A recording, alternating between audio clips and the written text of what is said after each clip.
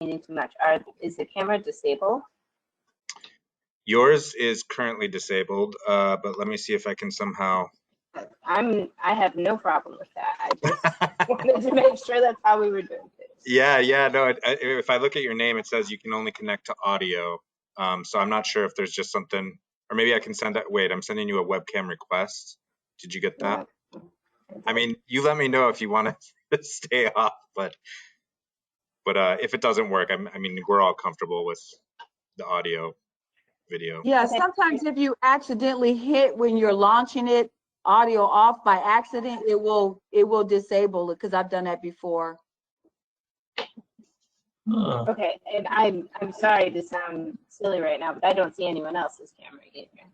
Oh, really? Holly, why don't you drop off and try logging back in? And when it says enable with video, you should be able to get back in. All right, I will do that. I will be right back. Okay. And Aaron, I would love for you to start when we get into the conversation about performance management to give us to do an intro for us. If I don't want to put you on the spot, but would love for you to.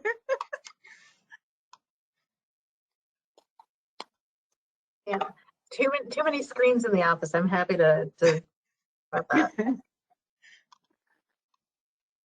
right. It looks like we're just waiting. And Holly will. For Holly to join, right? Yeah. Okay, I am back. I think it's just disabled for me, and that's fine. Okay. Sorry about that, Holly. No. I am quite all right with it. Yes, thank you. Hi, everyone. I guess we can get the meeting started. My name is Holly Bieneman. I am the Director of the Office of Planning and Programming at IDOT. Tom Kelso is off. He's been sick, and so we wish him well, and I will be filling in moving forward. And if you had any correspondence with Tom on the last couple of weeks that is going unanswered, please don't hesitate to reach out to me, and I will try and get it resolved for you. And I'd say until you hear otherwise, continue to work with me. And yes, please. So we'll call the meeting of the Unified Work Program to order at 2:30 p.m. Do we go around and do introductions normally? Yeah, I believe we have to do a verbal roll call. Okay. Dan, why don't you call it from the agenda? Sure. Tom Kelso, we'll just put in for Holly. Angela Manning Hardeman. Here. Philip Benea. Here. Christina Bader. Here. Jean Williams. Okay. Jean, no. Tom Rickert. Here. Jason Osborne. Dustin Clark from Metro sitting in for Jason. Sorry, who was that? Dustin Clark. There we go. Okay, sorry. Dave Tomzik. Dave Tomzik here, Pace. Hey, Dave. Heather Tabbert Mullins. Present. John Donovan.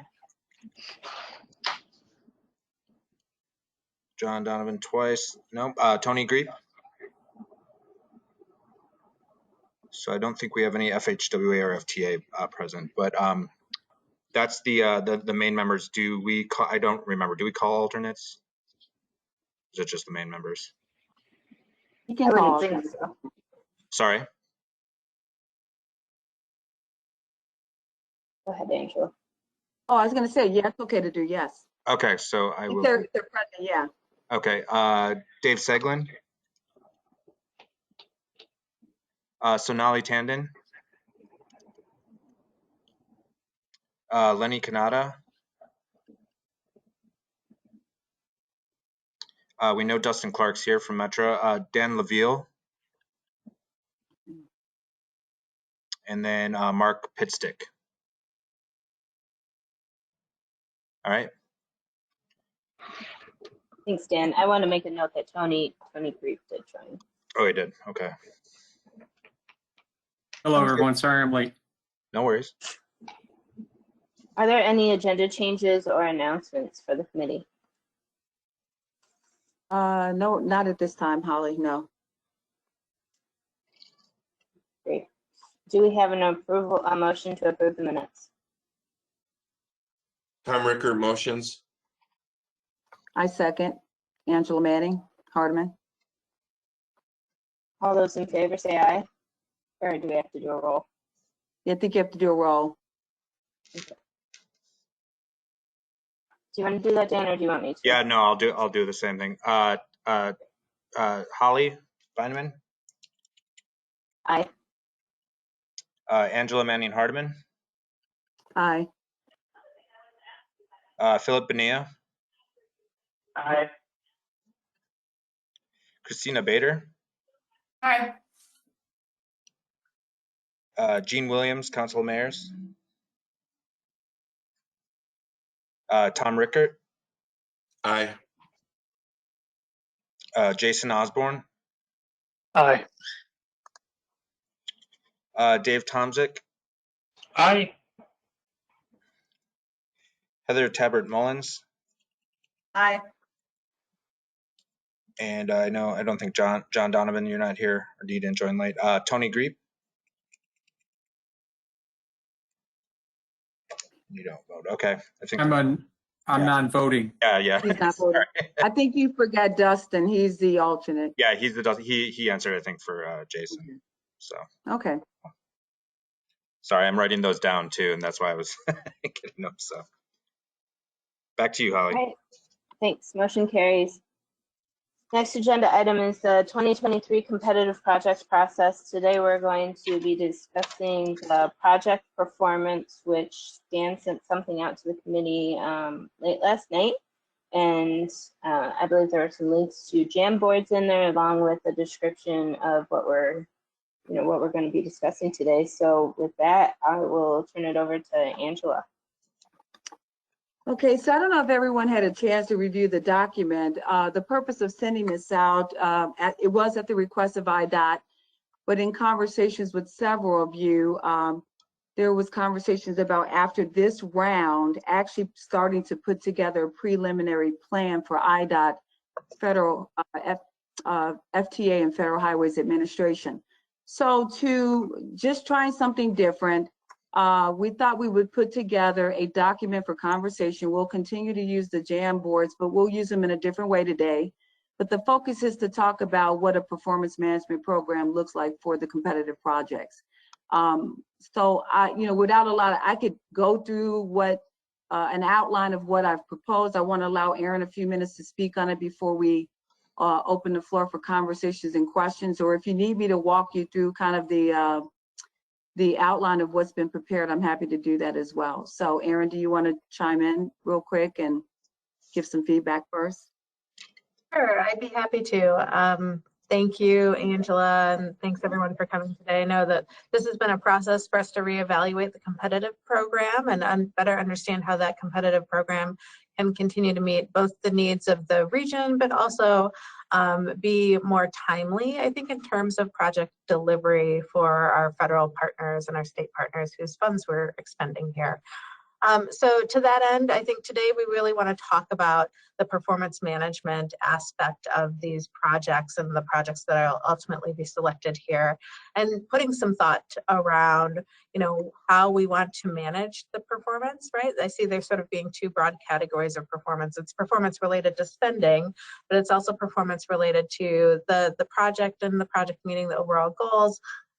And I know from time to time the committee has gone back and sort of realigned the evaluation criteria to meet regional needs, which is one great way for us to be able to manage that, whether or not the project is performing or meeting the performance of sort of the region and advancing the region's goals.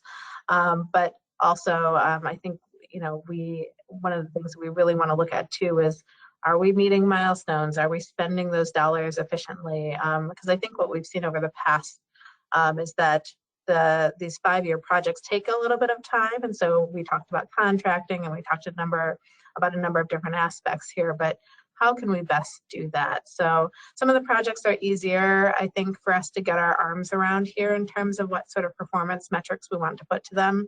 For example, if it's a project that's looking at meeting safety performance measures or other federally required performance measures, you know, it's easy for us to sort of say, are we on the right track? Is this beginning to meet the goals?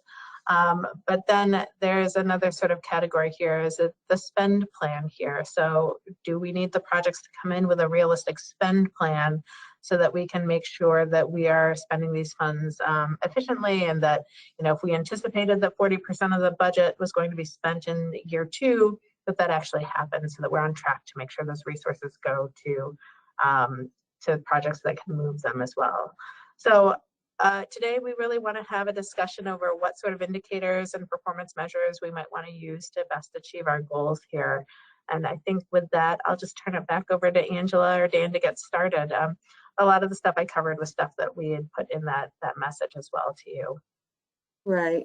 And So, Angela, what I can do, if you want, I can screen share the memo that we sent out. Do you want me to do because I was trying to go between the two. That would be Sure. helpful. Sure. So kind of, we put forth 4 approaches, and as Aaron said, spend plan is an important component in addition to performance targets. So if you really look at the memo from that lens, you're looking at 3 approaches. If spend plan is a given, then your approaches, scroll up for me, Dan. Sorry. You're looking at, scroll up to the actual recommendations, I'm sorry. Oh, sorry. So We can you're start looking at there. targets-based or key performance indicators. You're looking at an approach in addition to a spend plan. You could be looking at, or we collectively could be looking at a model where we're looking at milestones or deliverables. You know, for a lot of people, they're interchangeable. For some, they're uniquely different, but we can talk about that, the pros and cons of that. And then, you know, for a lot of the projects now, I could imagine that you are doing full project plans, which is a combination of all the components. You're working with consultants, and when they respond to an RFP, you typically ask them to put together a proposal that outlines deliverables, milestones, budgets, spend plans, all of that. And so a scenario for us could be just using as a performance management tool, just a full project plan approach, which may be easier just because it's already designed by our consultants. So I haven't had a chance to look at the Jamboard to see if it's been populated, to see if we've got feedback on this memo, or we could just start with a Q&A. We do have a couple, so I'll open those up. I'll open those up. You should see them. I apologize because I am working just off my laptop, so the screen's not going to be very big. I'll try to zoom in as I can. I just know that historically you guys have had sort of trouble seeing it, but sorry. And let's start from the target one first. So Sure. did anyone have any questions I can answer about the memo before we start to talk about, we start to kind of take a deeper dive into pros and cons of each approach and what we should be considering under each approach? Yeah, Angela, this is Dave. The question is just some background. Now, generally, the projects that were labor were 1 year, and what were the consultant projects? What was the time frame of those that were in the contract? Just kind of overall parameters. Sure. So the operating budgets are a 1-year budget, and that's really just employee time. So whether it's CTA, PACE, Metra, it's people who work for your agency and it's their time.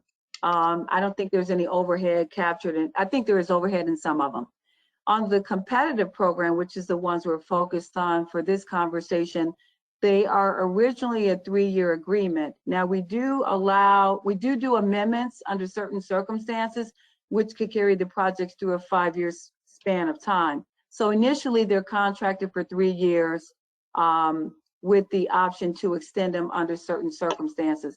So we would consider an extension if you come to us and say, you know, we've had some challenges on this project. We need to re-baseline the project. We need a little bit more time to complete. That's when we look at those final 2 years for extension purposes.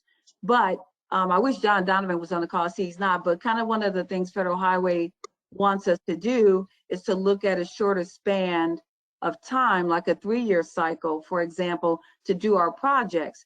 Or, you know, design your project based on a real project timeline. Maybe it's not 3 years, maybe it's 2 years, and maybe that 3rd year is reserved for the purposes of rebaselining your project in the event that there are, delays, legitimate delays. So the goal is to kind of get away from that 5-year model, push it more into a 3-year model.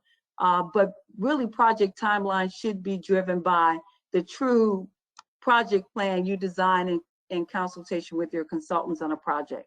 So I hope did that answer your question? Yeah, I just wanted this over time frame that we were looking at, and I did recall the 3 years with the competitive projects. I just wanted to get that clarified for everyone. So thanks. Right. And I Most think- of our, I'm sorry. Sorry, Angela, if I could butt in here for just a second here. Go ahead. I think one of the things that we were seeing is that we would award the projects, and just one of the reasons why we focused on the procurement process as one of these conversations too, is because, we would end up awarding the projects and then there wouldn't be any spending for, I don't know, Angela, correct me, years 1 and into years 2. Right. And so again, it's about trying to find ways to reduce that gap between project award and project spend, at the same time recognizing that, that we need to adjust so we need to solve this problem from both ends, right? Is that if it's still going to take a long time for us to contract, that's not going to help us with a 3-year contract, because then people are going to ask for extensions. So we really need to figure out on the procurement end, is there a way that we can move forward? But today we want to focus on, are there ways that we can make sure that we're monitoring these projects a little bit more proactively, and so that they're meeting their deadlines, deliverables, milestones, and approaches that we put forth. So yeah, as Aaron mentioned, our first session was focused on barriers to starting a project, and there was a lengthy conversation about procurement and the various options available to the agencies in terms of doing procurement. So we did summarize those notes, and the goal would be to take, and I think everyone has copies of those notes, would be to take those thoughts and kind of consolidate each of these four workshops into a final action plan that we can review and submit a draft to IDOT, our FTA and Federal Highways for review and consideration. So this is just, the part to talk about how we're going to manage the performance of projects. What does that look like? What considerations are important? And what can we do based on the various way the various way the different organizations manage their projects? So I see we've got some interesting comments under target-based and key performance indicators. Before I go, was there any more questions about the document itself? Or was it pretty straightforward? Okay. So Dan, you want to start walking us through these 3 comments, and whoever actually wrote them, let's talk about them, because there's some very interesting feedback here. Sure. So, Angela, I think you went through, but just to be clear again for everyone, the key performance indicators approach, or the target-based approach, is basically what? You're basically setting, maybe you want to explain it, because I know you wrote this. That's why I asked. I don't want people to say, well, we read it, why is she explaining it? So key target-based or key performance indicators are just that. You're using a percentage as a target, you're using a number or some other quantifiable key performance indicator to say, this is how we know that we're performing in terms of this project. Now, one could argue that you achieve a target or a key performance indicator at the end of a project.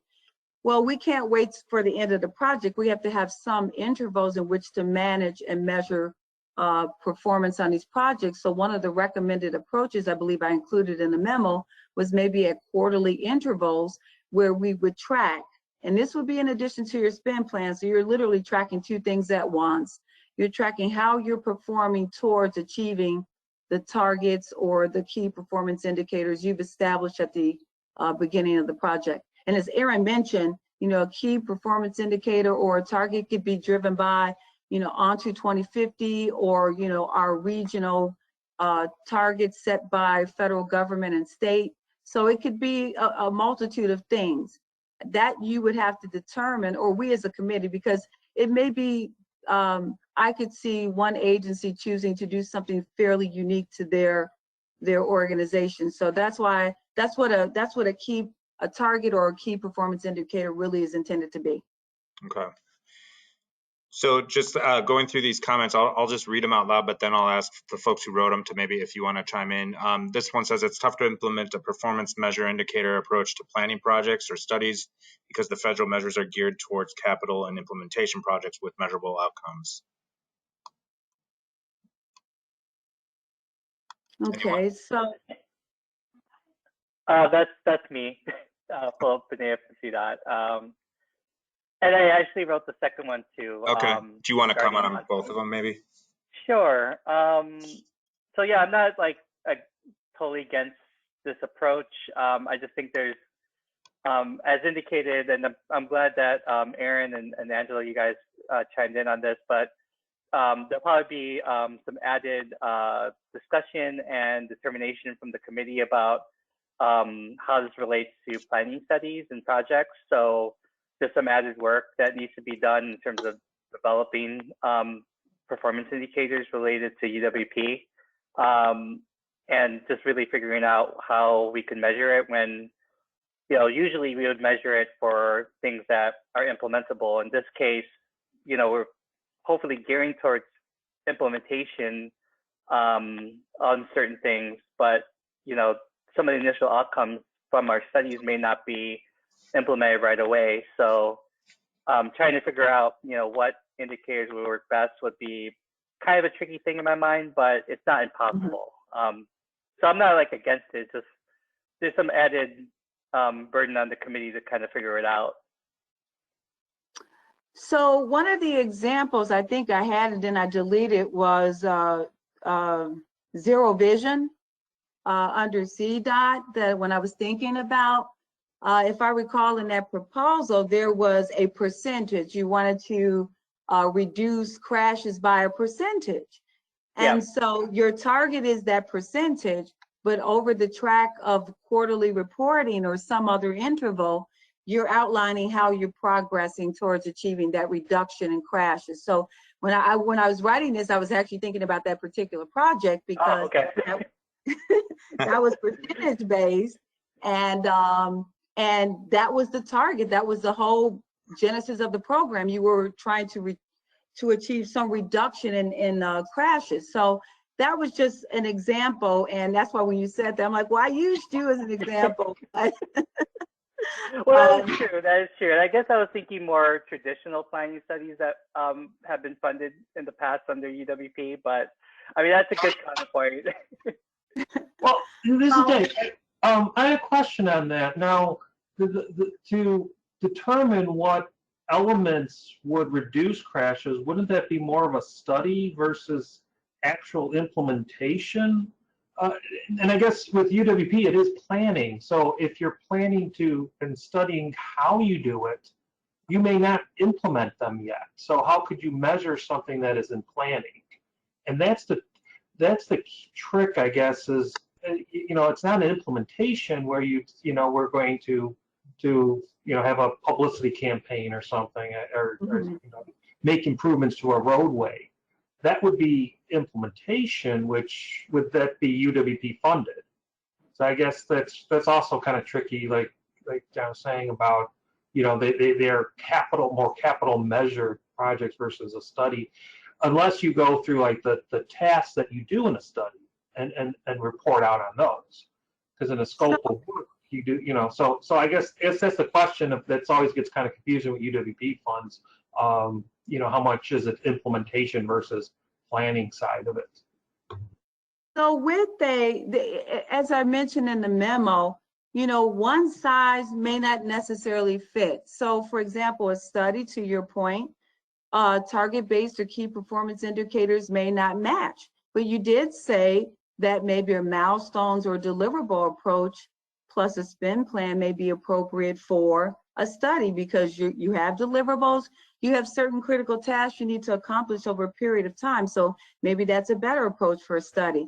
But for when I was also writing, I was thinking about the Metro traffic count project, I believe is what it was, where they were doing the study where you were counting the number of people at specific stops.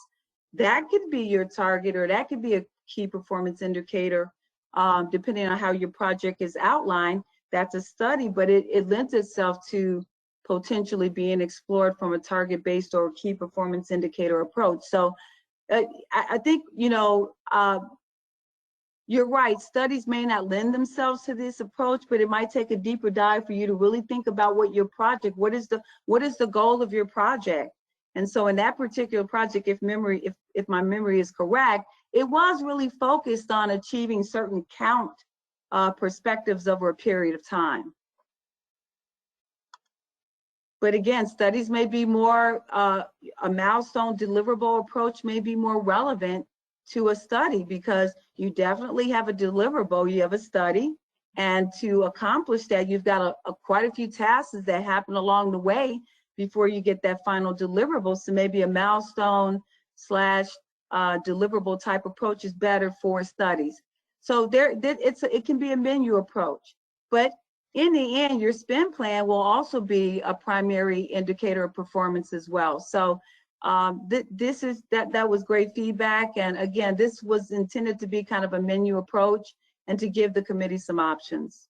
You know your projects way better than I do, so you would know what tools work best.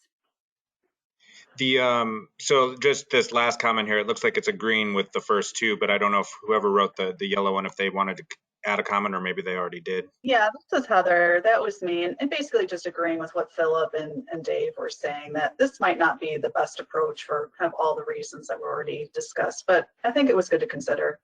Okay. Okay, well, let's move on to the next one, I guess. Sounds good. The next one was the milestones deliverables approach. Let me blow these up a little bit so we can read them. The program is geared towards this approach already in many respects, but could be strengthened with aspects of the spend plan or full project plan approaches. That's great. And I don't know if this is Philip, because you're sticking to blue. Yeah, me.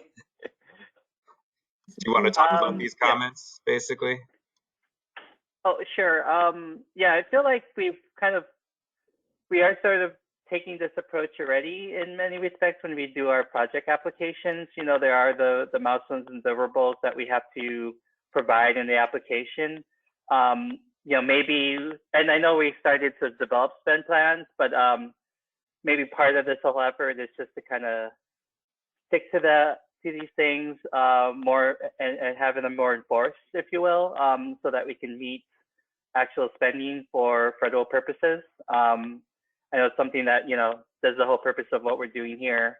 But one thing too with this approach, and I mentioned this in some of the other approaches, but this also, if we, you know, due to the limited funding that we have on the competitive program, if CMAP decides to, you know, sort of subdivide a project for multiple fiscal years, if, you know, one year is just spent on existing conditions on a certain project, but a later year for the same project is on, you know, on specific analysis or other tasks on a specific project, that, you know, this could lend itself towards splitting your projects into multiple fiscal years, depending on, you know, how you go ahead and approach a project. So I think if, you know, due to that limited funding that we're all tackling here, you know,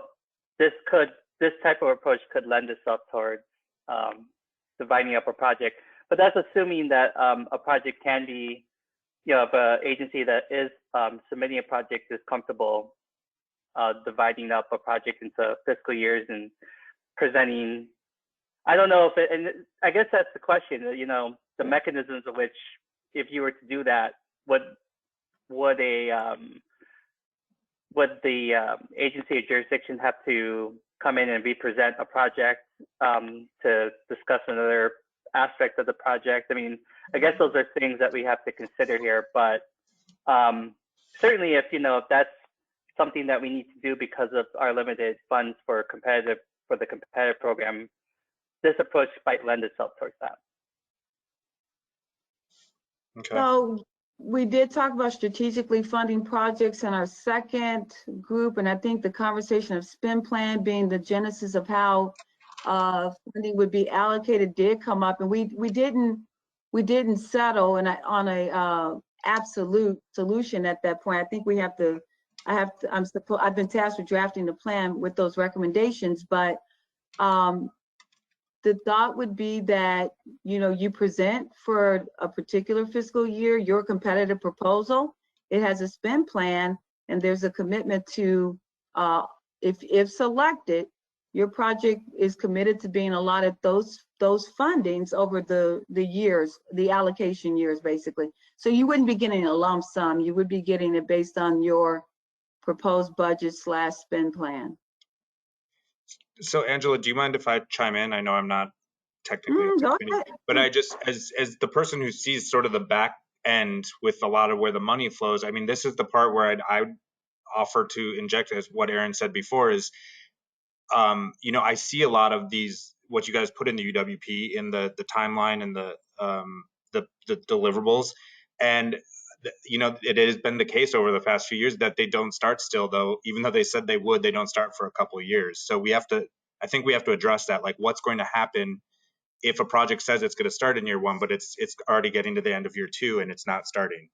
Is there a way to move those funds? Do we move them to another project? You know, I hate to be that person to throw it out there, but I do see it often, you know, so. Right. All of those are considerations that we have to contemplate in the plan to IDOT.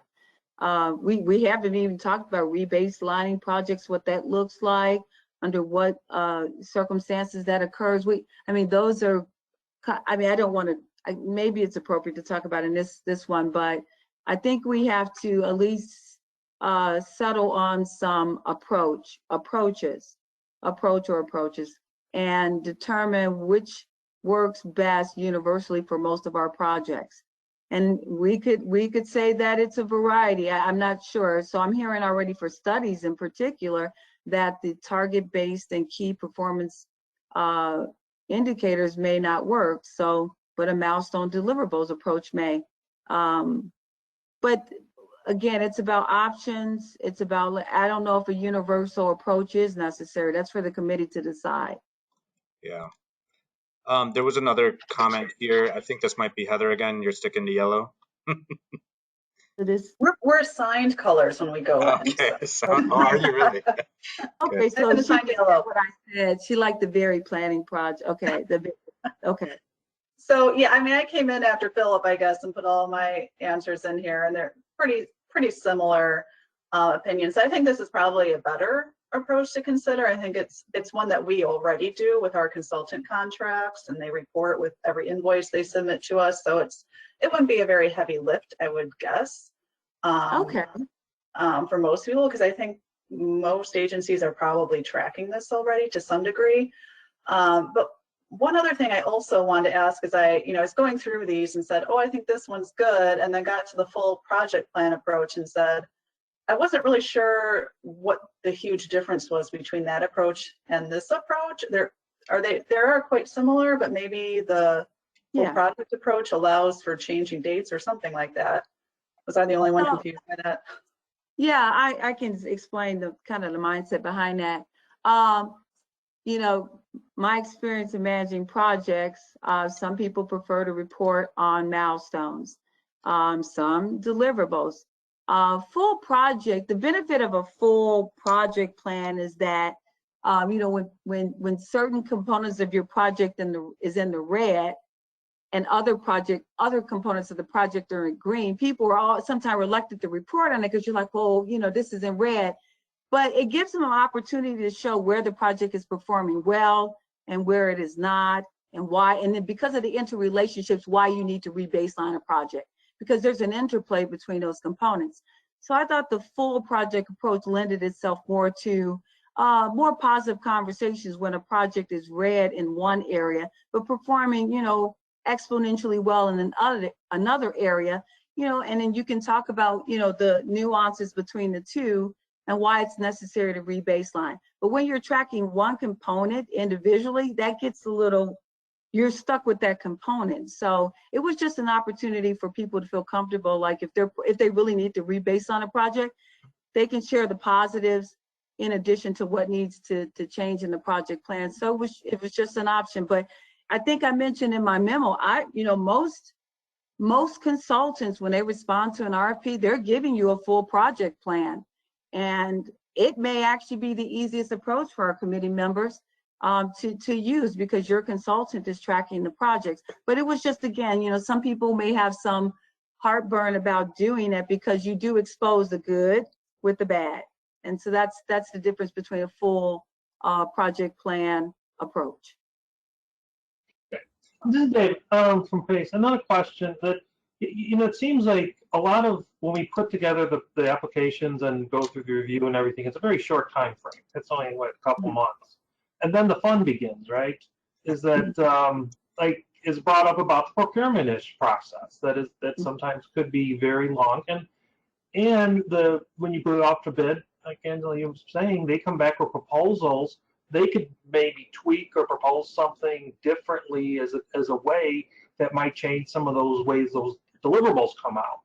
So I'm thinking, the issue is really, is it that we're going by to what the original application was, and that we have this long period of the procurement and adjustment and proposals and review.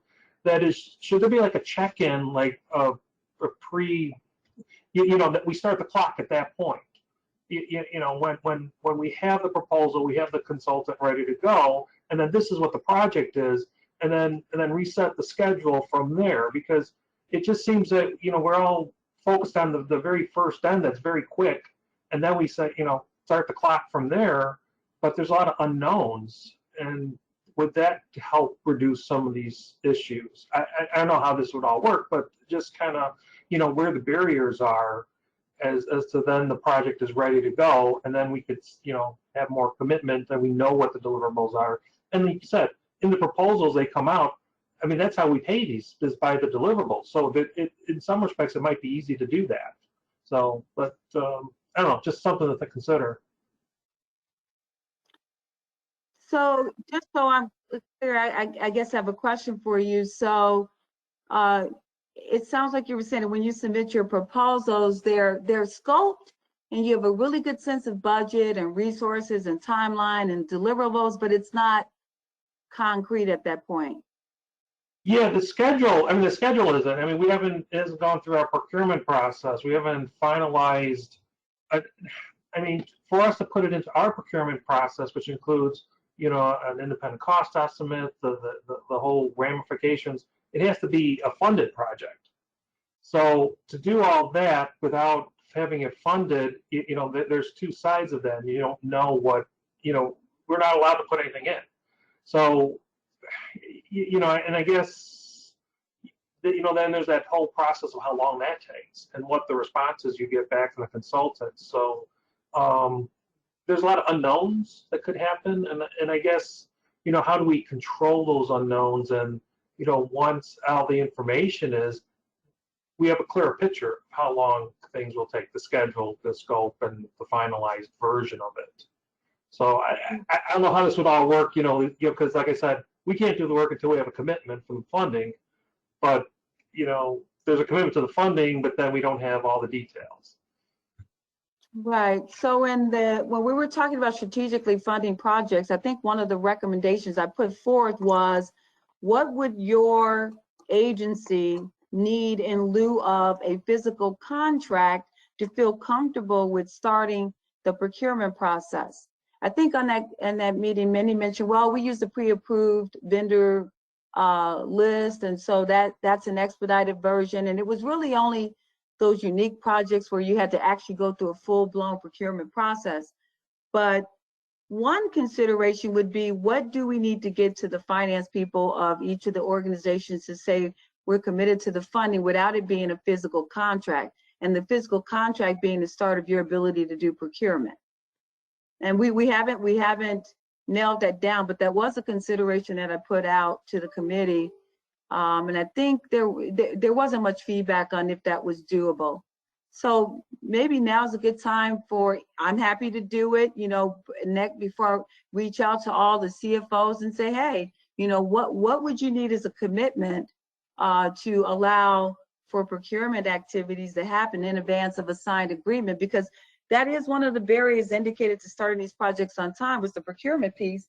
And what I heard was that funding commitments are required. So I know, I think it was CTA, I believe, was the one that said that they were able to start their projects without the contracts physically being in place. But we have to figure that out. The driver can't be the contract.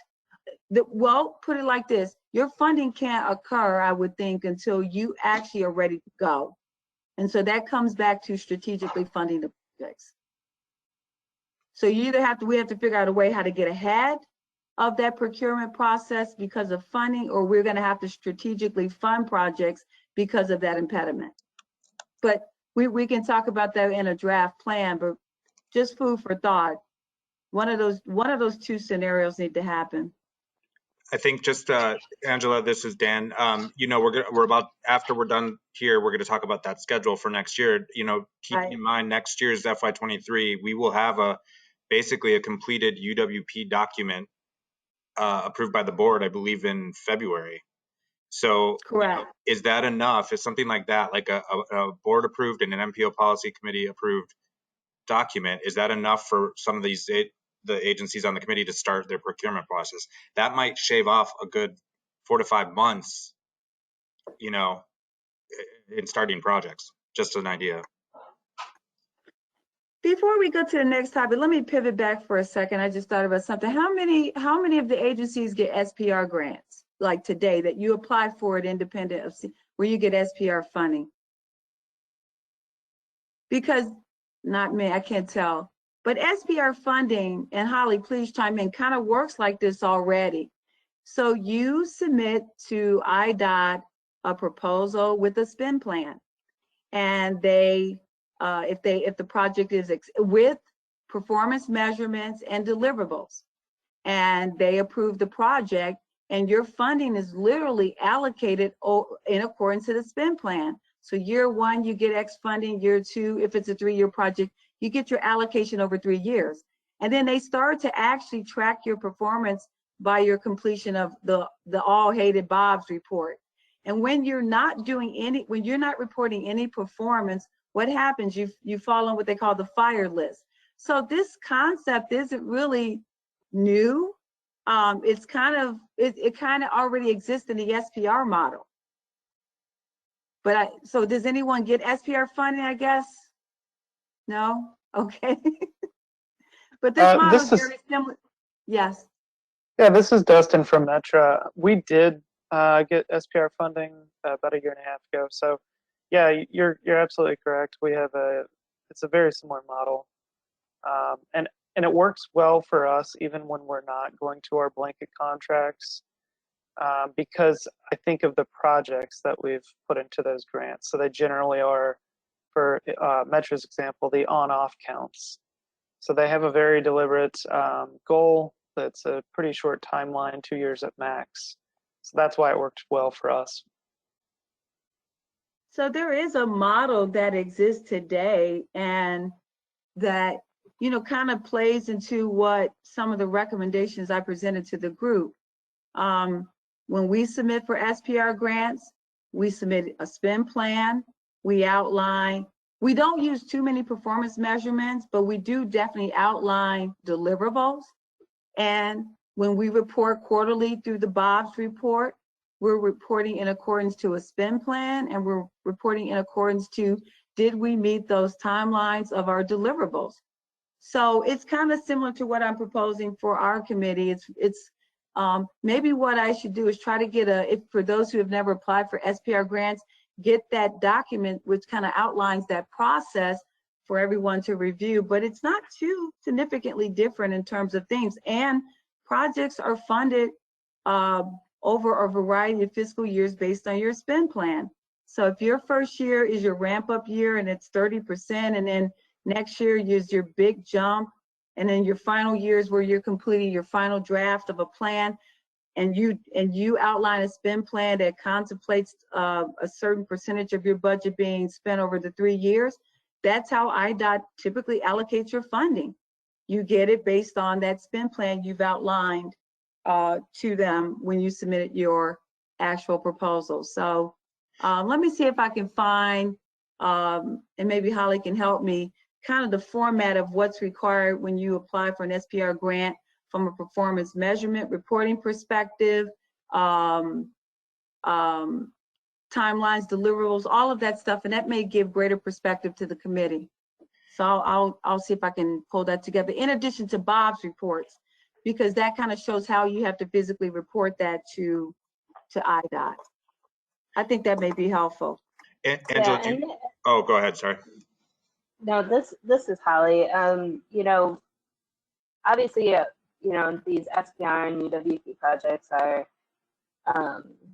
you know, unique in and of themselves, and so we also have to identify, you know, these milestones and deliverables and performance measures for each of our contracts or agreements that we enter into with local agencies for these projects, and each of them are different, and we work with the sponsor to do that. But you are right, Angela. This is something that we do for every agreement, and sometimes, and this may be a suggestion for the group, you know, we have consistent ones like a target would be, you know, invoice quarterly. You know, it could be something as simple as that. That's obviously not very project specific, and we've had to, you know, justify that through, you know, our legal team here because they want something more specific. And we've worked towards adding more specific things, but even just, you know, one performance indicator could be to invoice quarterly.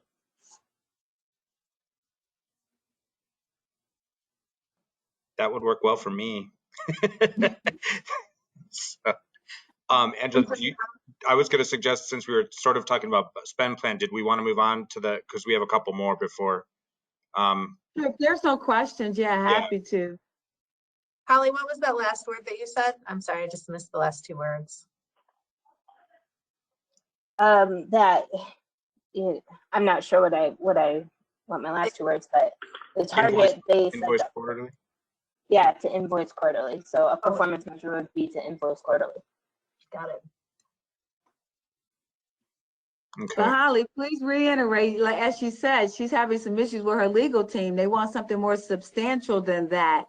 And even though that is a target or performance indicator, we want something meaningful that speaks to the performance of the project itself. We want to be able to demonstrate real progress. And I mean, yeah, that's in our contract today where, you know, if we invoice quarterly, we're meeting the performance. But what does that tell us about the true performance of the project? It doesn't tell us if we met major milestones. It doesn't tell if we've achieved, you know, reached completing significant deliverables. I think in the very beginning of the memo, I mentioned that, you know, this is about transparency, accountability, showing that this program and the awarding of projects demonstrate the best and highest use of this funding. So yeah, that's a target, absolutely. But is it really one that speaks to the project, why the project was selected? I mean, next we're gonna talk about performance value selection, like why we select projects. And you see that part of it's driven by the types of performance measurements you plan to track your progress as being a potential component of that. So yeah, we could track by invoices, but I think the intent and the amount of time that we're all investing in this, we want something that speaks to the quality of the project, the outcomes of the project. We want to show true achievement towards goals and objectives. And I know in talking to John Donovan, that was really important to Federal Highways Administration. They want to know that things are happening on these projects that will result in meaningful outcomes for the region and the transportation system at large. So that's just my quick spill on that. Okay. Were there any other questions? Otherwise, I was just gonna, politely ask Philip and probably Heather to talk about their spend plan comments. If we moved in sort of that direction, or how that affects folks. I think his first comment may be one from the prior. What is the second? I can't read it. I'm sorry, Dan. You have to enlarge it a little. Sorry.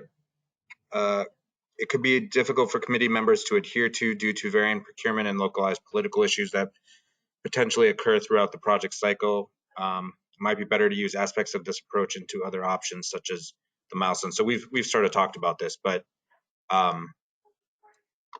again, I'll just reiterate. I think the biggest thing with the spend plans is a lot of the times, from what I see from between the UWP document and the contract we're signing, is a discrepancy between when we're supposed to start spending money and when it actually starts to go out the door. So we do a little bit of this already. And so I'll just, again, throw that out there. We do have to figure out that problem a little bit.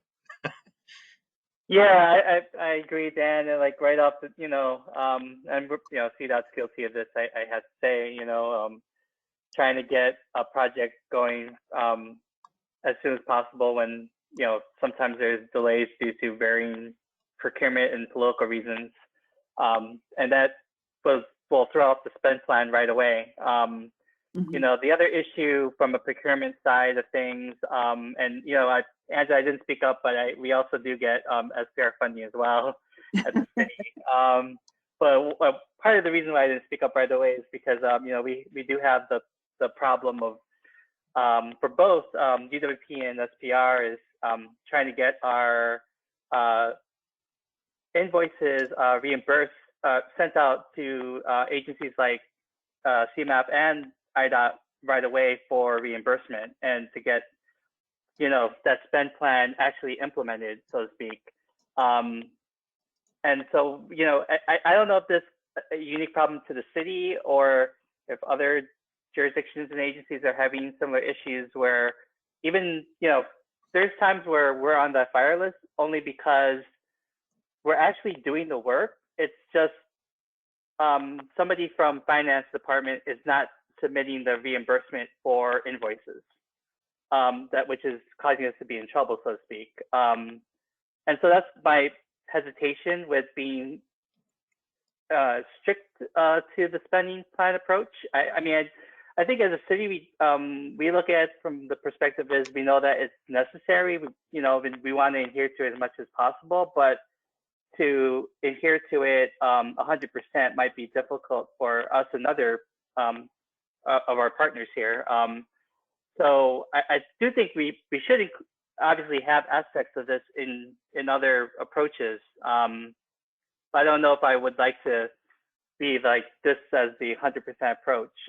But that's also notwithstanding all the issues that Dan, you mentioned, that we do need to kind of figure out in terms of when the project starts, and having agencies just like CDOT adhere to that kind of start date. So some of it is kind of our own shooting ourselves in the foot, but some of it is other processes that kind of delay things and cause us to not necessarily hit the spend plan quite the way we envision it to be. Yeah, Philip, just rest assured you're not the only one at CDOT. It does happen for other folks too. So. Heather, you did the yellow me. So remember what I put here. Oh yeah, I generally think this is good. And I think this goes back to what Dave Tomczak was saying earlier about, we do have things we're doing that we're not necessarily getting billed on, that we can submit for reimbursement or track any sort of budget on, and kind of issues with the procurement and the scoping up front before you actually get your project started. But there's also at the end of the project, usually some lag time in getting a plan adopted. I don't think we've actually talked about that. So it can take several months where the project's essentially done, but you're waiting to do that one final presentation to a village board or whoever, or your own board, to get it adopted. So there can be some lag on the end there as well, trying to get on an agenda and whatnot. But also, just to tag on to what Philip was saying, is I guess I read this and thought that we might be reporting on spending separate from invoices and reimbursement requests because of some of those issues he was mentioning. Is that, you know, the project manager knows that you're spending things and moving along there, but it might not be reflected in invoices being submitted to CMAP. So I thought this might be a separate kind of report, maybe as part of the quarterly reporting or more frequent. I don't know if that was really the intention or not, though. I was thinking that, just my thoughts, that, you know, the way we report now, it's not a bad thing. It just really tells how much we've expended, and we may continue to do it, but I guess I thought we would compile, and I think I put in a memo that we would compile all of the performance measurements, all the different performance measurements for each of the projects, and we would compile them in such a way, an easy read format, where depending on what performance measurement you selected or approach, we can show how you're tracking in your project in addition to your spend plan. So I don't know if it would really replace the document we're currently posting. There's some value to knowing how much you've spent in aggregate on the project. I don't know if many people really look at it except for Dan and myself, because we're just, you know, we want to see what's been expended. But the real value, I mean, when you start to put in performance management tools, that to me is a real replica of what's happening towards the project. The challenge with what we're doing today is you can't tell if the project's on track. You just know how much money, like, for example, you may have only spent 25% of your budget. We have no way to say if you're actually on target in terms of performance. We don't know if it's an invoicing issue. 9 out of 10 times you guys are actually moving a lot faster. We're just not getting the invoices. So it's not what I would consider real-time reporting. But a project plan with some targets is literally real-time reporting, whether we've gotten the invoices or not, because it's predicated on real performance and where you are along the project plan. So that's, to me, they serve two different purposes. So they could coexist, yes.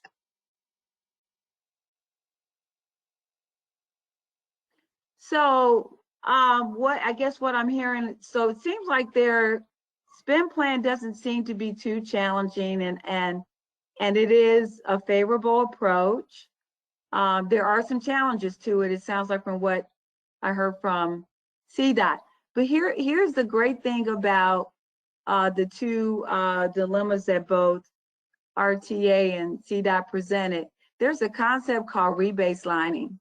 And in the event that, for example, Heather, with your project, you know, you've got that last meeting to adopt the plan, you would rebaseline your project, and that would be an acceptable rebaseline, because you're rebaselining for the purpose of one last meeting, which probably represents 1% of your total budget. You're literally almost complete with that project.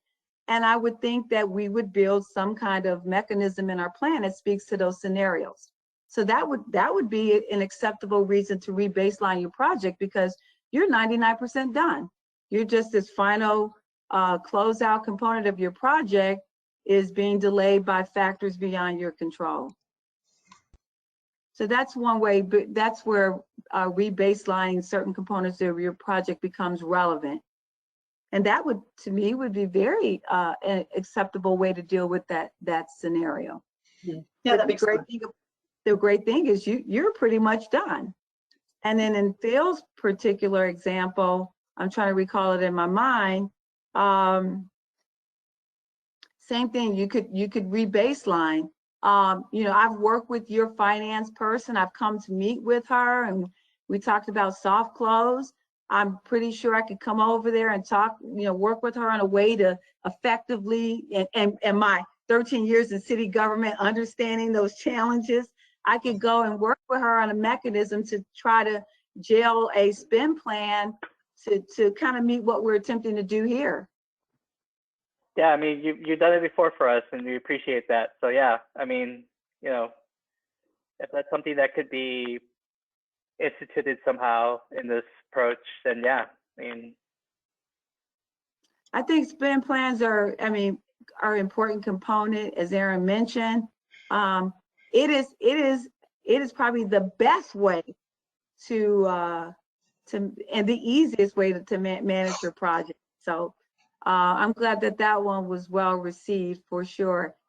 And are there any questions before we go to the last one, which I don't know. I don't know if there's a lot of feedback on that one. That's full project is everything we just talked about kind of into one plan. It's just how you use it. Okay, get really good. Okay.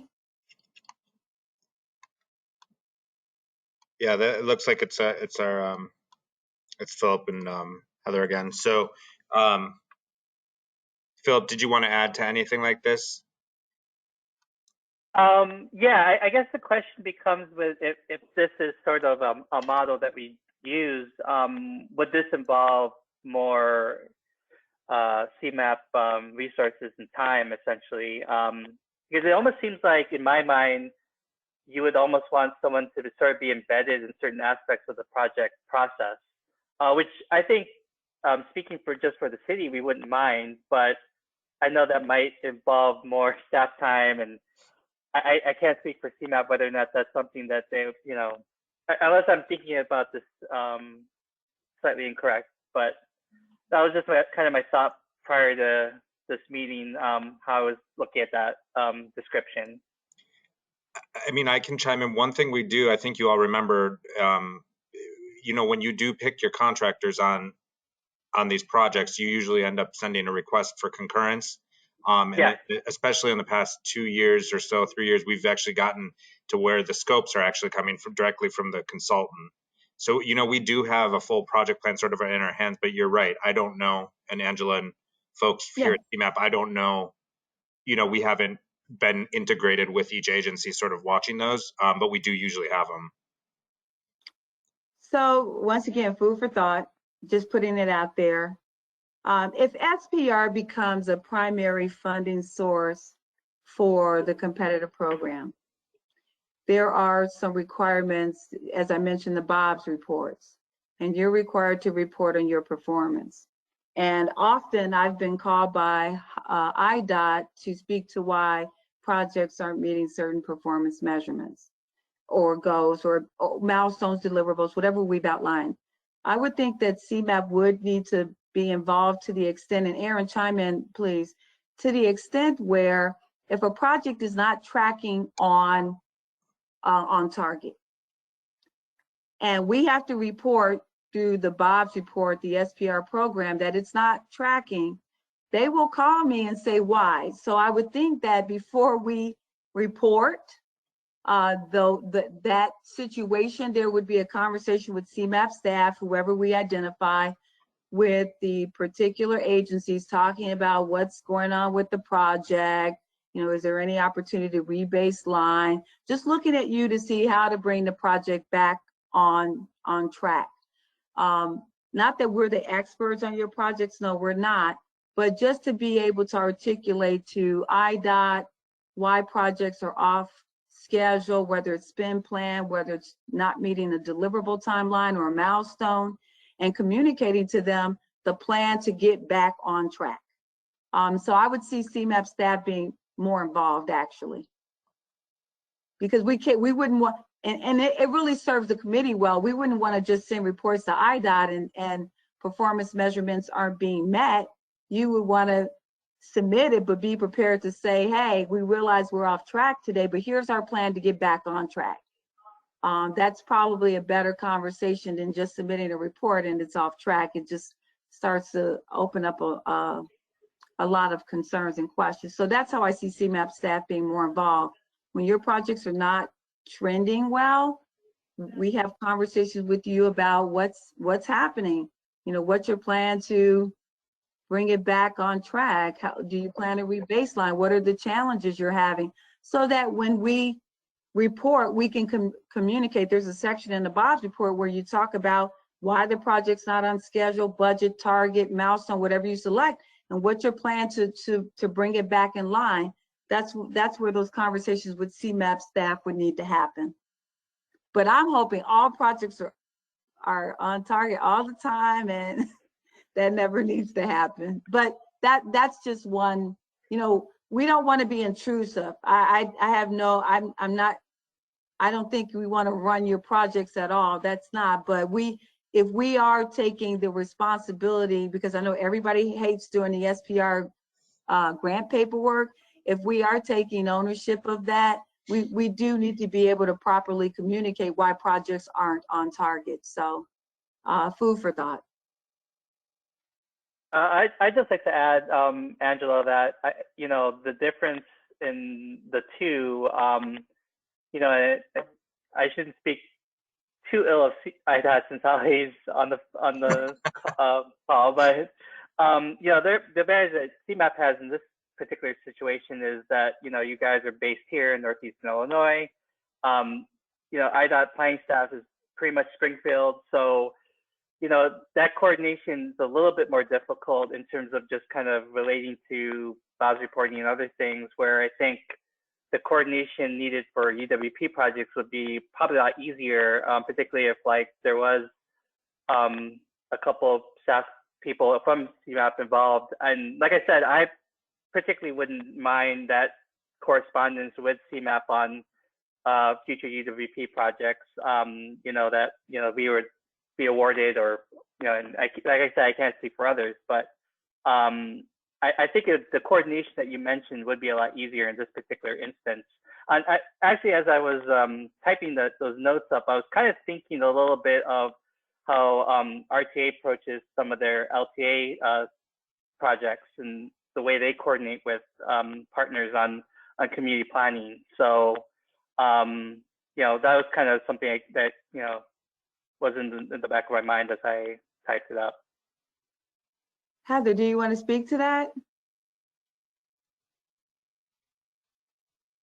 I kind of lost that a little bit. Something about our community planning program and how we manage projects. Yeah, I was just thinking just the way CMAP might need to be embedded in some of these efforts for UWP.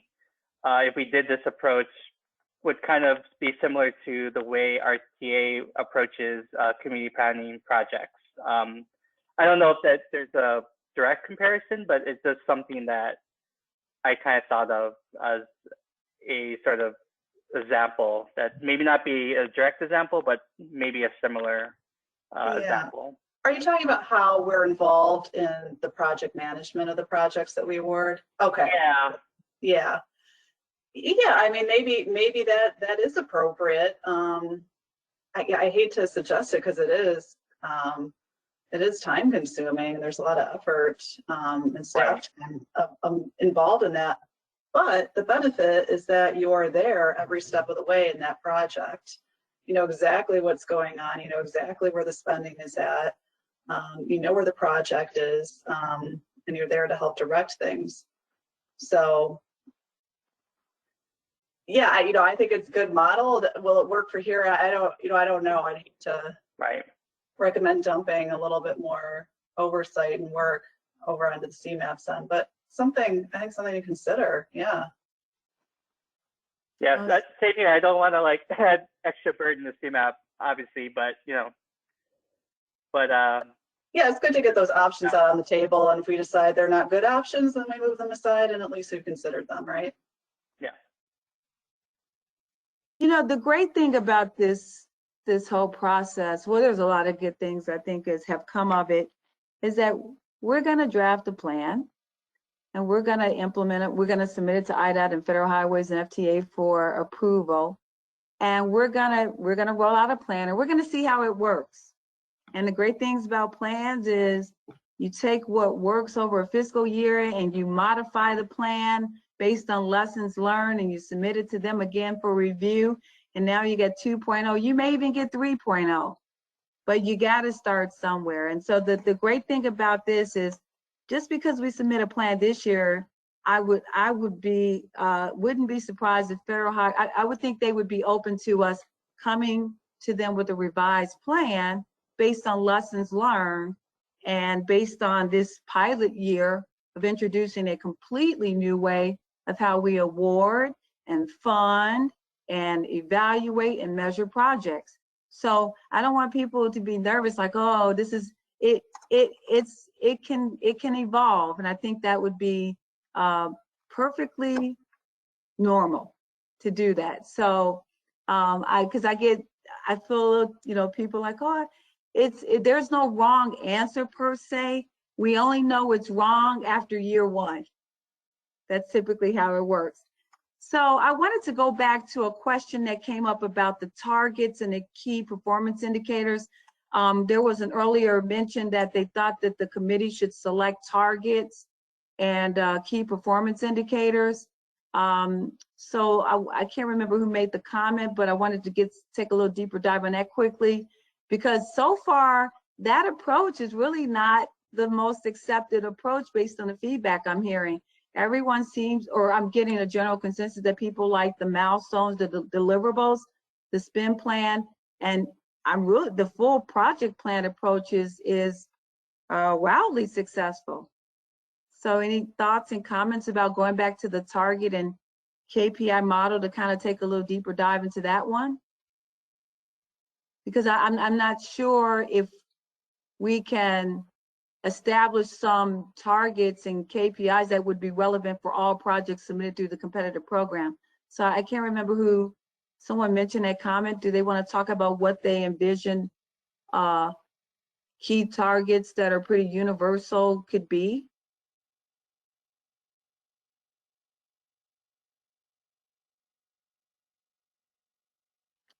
Okay. I'm not sure I'm remembering. I think one of the, you know, we sort of ended that conversation with Holly mentioning, you know, like invoicing regularly, Right. or invoicing quarter. I mean, that's one that I could easily see at least being a standard across most folks. But in terms of other ones you'd want to create, I think that would be a larger discussion.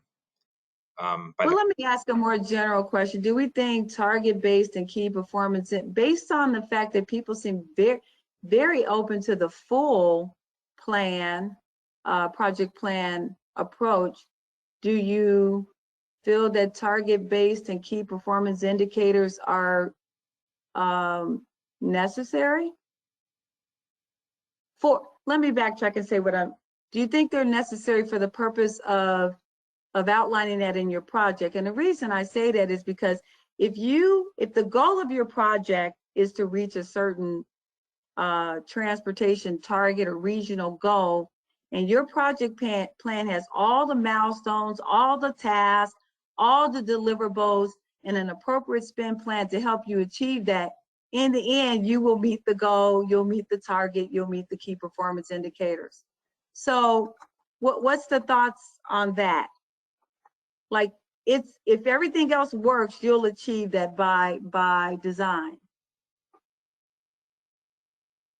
So maybe key target-based and key performance indicators may be better for the conversation of how we select projects. Maybe it's a criteria to selecting projects, and maybe it doesn't belong in the category of performance management. Any thoughts on that? I mean, we have, Angela, we have our on to 50 priorities, I guess you could call them, that we sort of use to help determine what type of projects that we would like to, you know, propose under the competitive program. I don't know if performance indicators can be embedded into that, into the, like, that memo priorities, you know, but I don't know, like, I just feel like if we're going to develop that approach, we have to look at, it's almost like a yearly thing, because I know priorities change per year.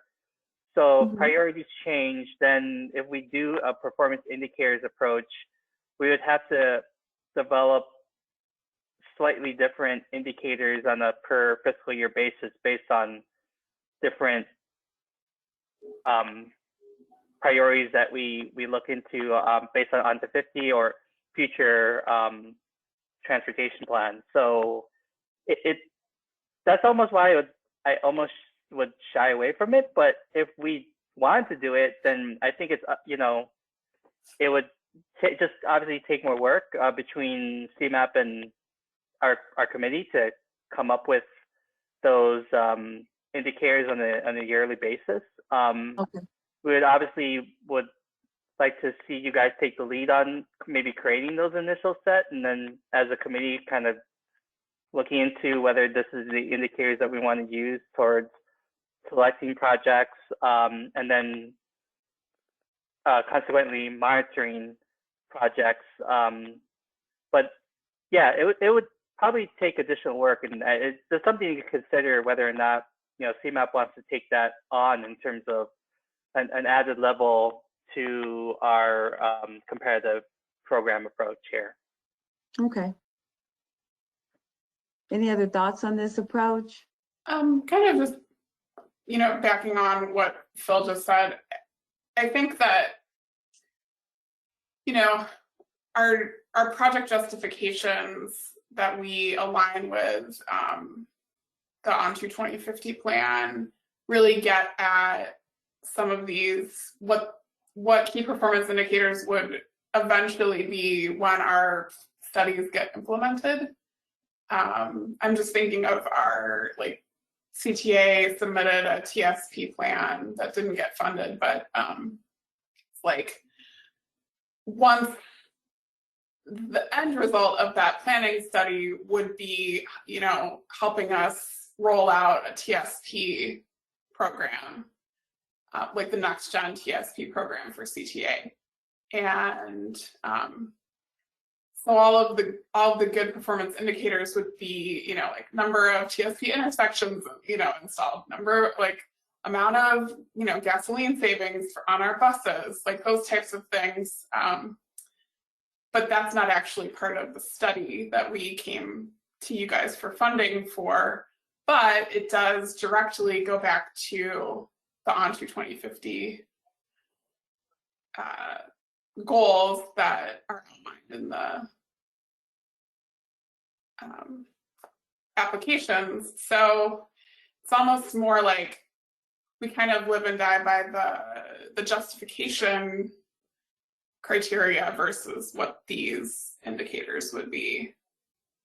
Those seem more important to me than what some of these indicators might be. Gotcha. Okay. So, if I may, Christina, recap. So you're saying that our ON2 2050, the 5 goals we've outlined annually in our UWP, which is the basis for submission of projects,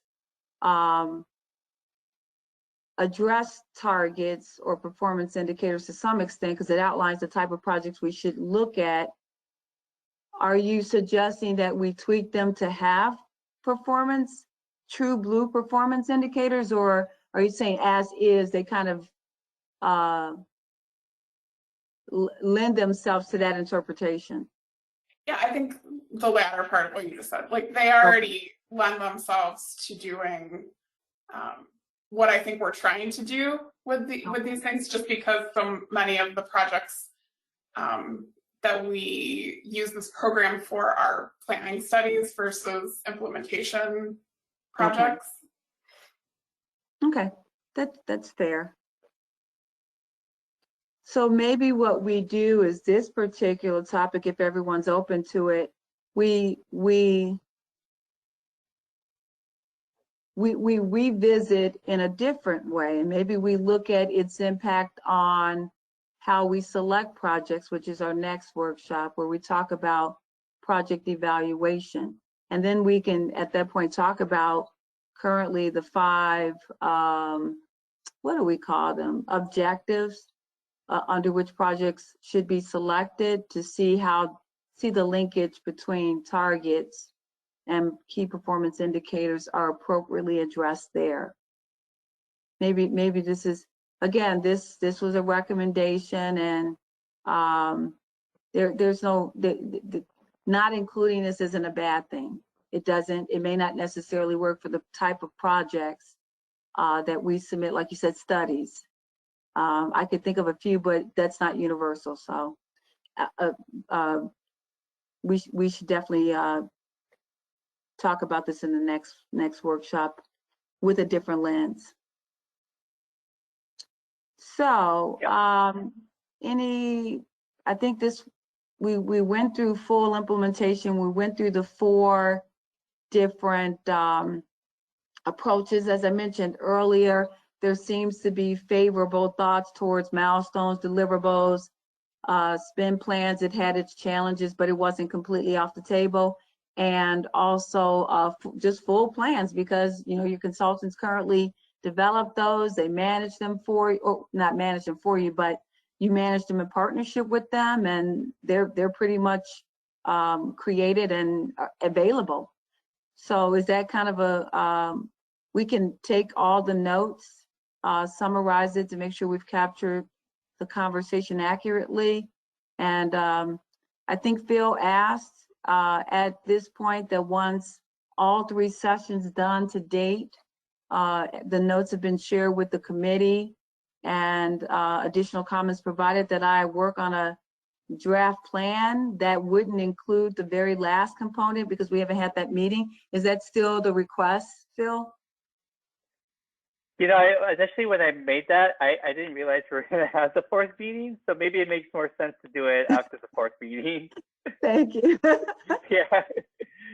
So my apologies. I think I misinterpreted how many meetings we were going to have on this.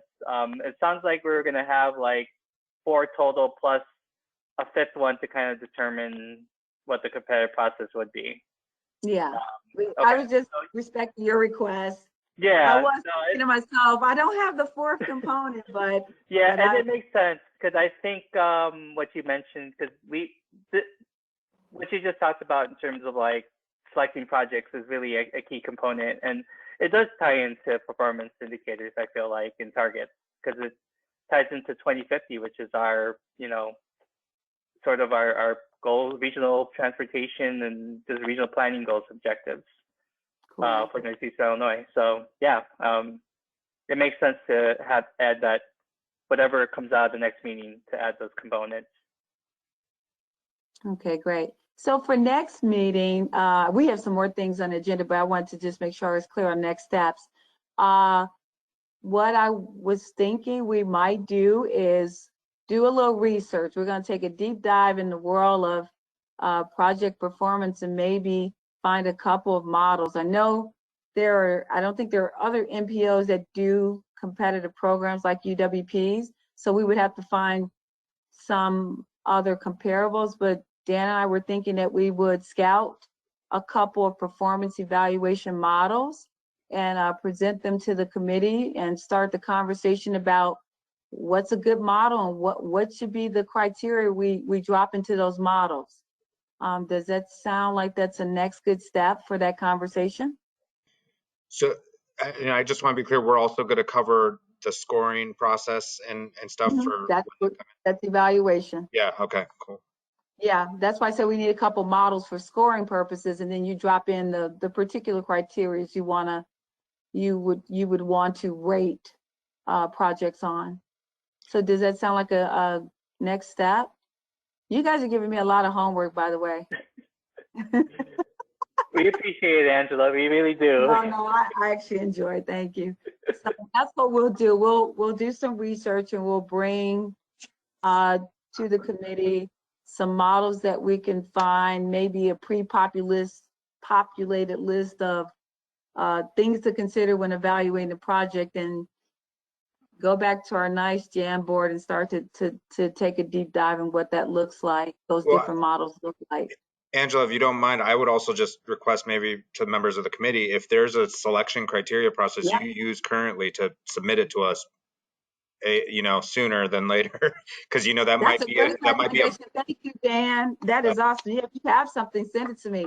Yeah, I'm sure, folks, there's, we don't want to ever recreate too many wheels, but if you use something currently that you think works really well, give it to the committee. Let's talk about it, So. Yeah, this is Holly. My only suggestion would be, the SPR program. We can definitely explain how we work through prioritizing that. Awesome. We'll set up a meeting, Holly. I may need to circle back with you to get that full package of SPR information to send to the committee, which talks about reporting, performance. So I'll circle back with you after this call to see how I can get that. Sounds great. Because I think I have it in parts. I don't know if I have the full packet. So with that, we'll close off the Jam board unless there's questions, comments, concerns. Well, thank you, everybody. It was a great conversation. And I'm looking forward to our next workshop. Dan, you want to talk about the schedule? Yeah, Holly, that's cool if I move on to item 5. Of course. Okay, cool. So everyone, I just put together real quickly, as you know, this year we sped up our schedule. I think it was a couple months early. And again, in this next process year, we're already thinking ahead. So I just wanted to run through this real quick. I think based on what we talked about today, it sounds like we'll incorporate the 4th meeting, which is in May, and then start working on that plan. So, you know, over the course of the summer, we won't have any official UWP meetings, but we might have some times when we put something out to the committee and have you guys respond to any sort of drafts that we put out. But in September, that would probably be the point at which we meet and go over that final plan for the FY23 year, and then also approve, like we do every year, the sort of process memo that talks about what projects should be focusing on for a competitive program. The call for proposals will go out in October, and then they'd be due back October 27th. We'll have our meeting to go over the presentation of proposals on November 10th, and then have our ranking of competitive proposals due at the end of November. That's a little bit faster than we normally do it, but I also was trying to keep in mind, since we're moving this process up a little bit farther again this year, we have to remember the holidays. And so this is sort of geared around that. You'll have a few weeks less or I think it's just 1 week less than we normally would to get the scoring in. But I figured, you know, we can probably pull that off. December 8th would be the meeting then that we meet to officially adopt our FY23 UWP projects of our program. And then that would move on to the coordinating and transportation committees in January, and then final approval by the CMAP board and MPO policy committee in February. And then we'll meet in June of that year and sort of be on our new track every year where we set up the schedule and stuff like that. So are there any questions on this schedule for the next year? Yeah, so for the call for proposals, that would be for competitive and core. I believe so. That was the original goal. Okay. Angela, or I think that's my understanding. Yeah, it is. I think what she's saying is because, yeah, it says, wait a minute, yeah, it's everything, Heather. Yeah, I'm sorry. Okay, thank you. Any other Dan, questions? Angela, just wondering, just in terms of just the logic of the schedule, is this kind of due to trying to get agreements done sooner, beginning of the fiscal year, or Yeah, okay. Yeah, and I think, correct me if I'm wrong too, Holly or Angela, you know, IDOT has also stated we're trying to also align with the rest of the MPOs in the state. Yeah, that's what's driving it. Everyone else submits their budget by, I think, February 16th. We are the last MPO not to, so this cycle will bring us in line with everyone else. The fiscal year is still July 1st, but we would be required to get everything into IDOT by February so that they can start to work on our agreement, and then from there we create your agreements. So it should definitely align the timeline with you guys having a fully executed agreement on July 1st. Okay, sounds good. Question: what the current FY22 agreements? Is there ballpark timeline? We're I'll still. let Holly speak to Yeah, that. I'm not I'll going let to Holly say speak to that one. No, only because Holly can best speak to that. So, help me here, Angela. Are we talking about the 3C and the competitive agreement between IDOT and CMAP? Yes, we typically, I'm sorry, Holly, Tom is, I forget, you may not know this. We, once we get our agreement from you and it's fully executed, we then send out the agreements to everyone else. Okay, great. And then also forgive me, do we have the draft UWP document? You have Yeah. the final. All right, Yeah, good. no. Then I'll need to check on the status, but our goal is to have that, fully executed by July 1, which is something that we haven't yet been able to achieve. So we're on a very good path right now, knowing that we have the draft document, we have the budget, and things are in process. I'll have to check to see officially where they are. If I remember correctly, we sent you over your notes a couple weeks ago, right, Angela? Yeah, I Maybe last accepted week? it. Yep. I And accepted the it. agreement's being drafted. So, yeah, we should be good by July 1, and then it sounds like that initiates the process with CMAP drafting agreements with. I'll just chime in that I can probably, and if I remember, this is how it used to work several years ago, but we were thrown off. You guys probably remember that year we had the state budget issue, but I can probably get you the draft contracts you need earlier than that by like May or June, but we wouldn't be able to fully sign them and return them back to you until we have that agreement in hand. So I guess that puts the pressure on me to get them to you. So I'll make a note of that. But I just know that I'll start working on those hopefully in the next month or so, and you'll see them. You're at least your draft contracts, and then you can return them signed by your agencies, and then we'll have to wait until we get the final agreement from IDOT to send it back. So Yeah, Aaron's signature has to be after IDOT's, Yeah. the signatures have to, there's a date issued. She can't, her date has to be, no, Aaron signs before IDOT actually. So there has to be a syncing of the dates. That's what we try to, that's why your dates have to be after. No, you can sign before. Aaron's date on your contract has to be after she signed the IDOT agreement. yes. Cool. That's all I have for the schedule. So Holly, I do believe we have to approve this though. Do we have a motion to approve the schedule?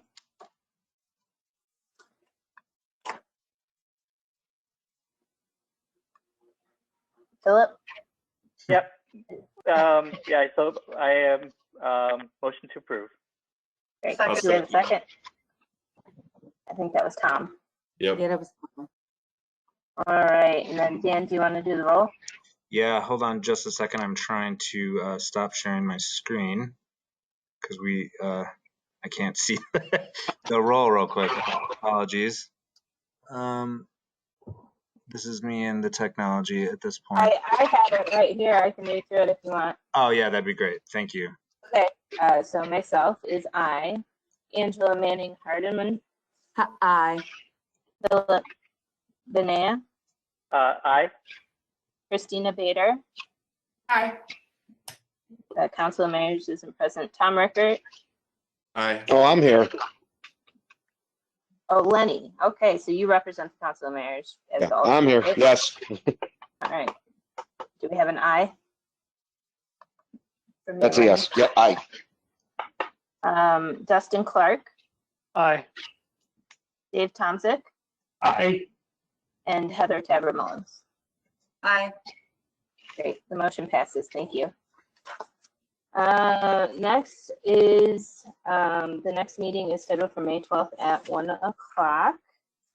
And then do we have any public comment? I think everybody that's on, Holly, are either committee members or they, yeah, I don't think we do. I don't see anyone that, yeah. Great.